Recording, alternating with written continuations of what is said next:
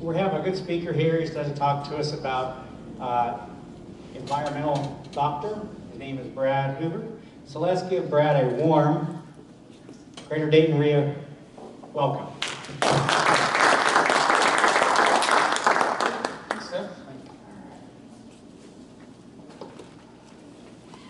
All right, guys, can everybody hear me? Okay, appreciate it. Well, thank you very much for having us out. Again, my name is Brad Hoover. Work with Environmental Doctor Company. We're an indoor air quality company specializing in residential, commercial, and healthcare facilities. So, just like to talk to you guys today about some environmental concerns that pop up in real estate transactions. Sometimes they can be deal breakers. Sometimes tenants or potential buyers are extremely concerned about some of these issues. So we'll just go over a few of those. I'd really like this to be kind of open discussion. So if you have questions as I'm going, please talk to me. I don't want to just read straight off this. I'd rather help you guys out the best we can. So I am not a PhD. I do not actually have my doctorate, but I do actually have a Bachelor of Science degree from Ball State University. I studied environmental science, sustainability minor. I also have my radon mitigation license, radon mitigation specialist. So that is through the EPA and the Ohio Department of Health. Also have my mold certification.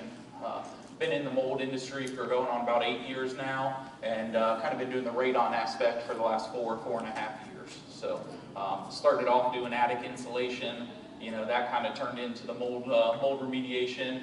Finally, luckily, got involved with Environmental Doctor and became more of this, kind of consultant position or indoor environmental professional. So what we're going to go over today, or what I'd like to talk to you guys about, some of the potential environmental concerns.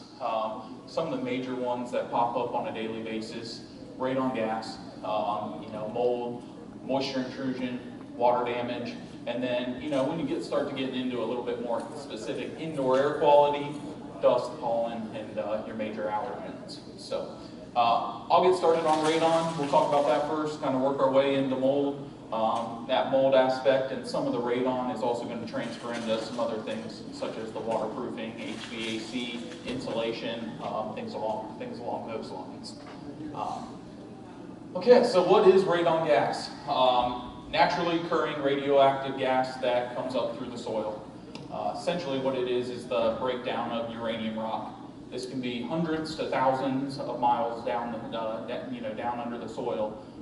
Comes through the cracks and fissures, comes through the limestone, clay, sand, and penetrates up into residential, commercial, healthcare facilities along those lines.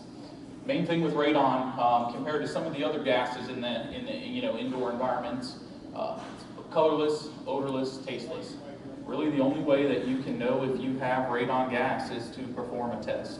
You're not going to walk into a property and say, "Hey, I know this has radon. I can smell it. I can see it. Hey, we can taste it." It's not it's not something that's going to come up without any testing. So now the concern with radon gas, leading cause of lung cancer after tobacco use. If you're a tobacco user, you smoke cigarettes, cigars, anything along those lines, vapor now that everybody's using, you double your chance of radon-induced lung cancer. Definitely going to have a long-lasting effect if you have those elevated concentrations, within a property. Estimated between 20,000 to 35,000 deaths per year just from radon exposure. I'm going to start off by saying this. I know some people do not believe in it. Hey, this is a hoax. I've lived with radon. It's never been a problem before. I always tell this story. It was a house passed down generation to generation. Mother lived there, old farmhouse up in Tip City. Mother lived there, the son grew up there. Well, mother died of lung cancer. Never a tobacco smoker, no lung cancer in her family history. Well, she passed away, son took over the property. He developed lung cancer, When we went out to test that property, it came in at 83. Today, that's still the highest I've ever seen. When you're seeing that direct correlation, you can see that this long-term exposure risk, does lead to lung cancer. That's why I'm pretty passionate about it. Seeing these actual individual cases where it's happened. So what does that 83 represent? Yeah. So, and we'll get into it a little bit more, but the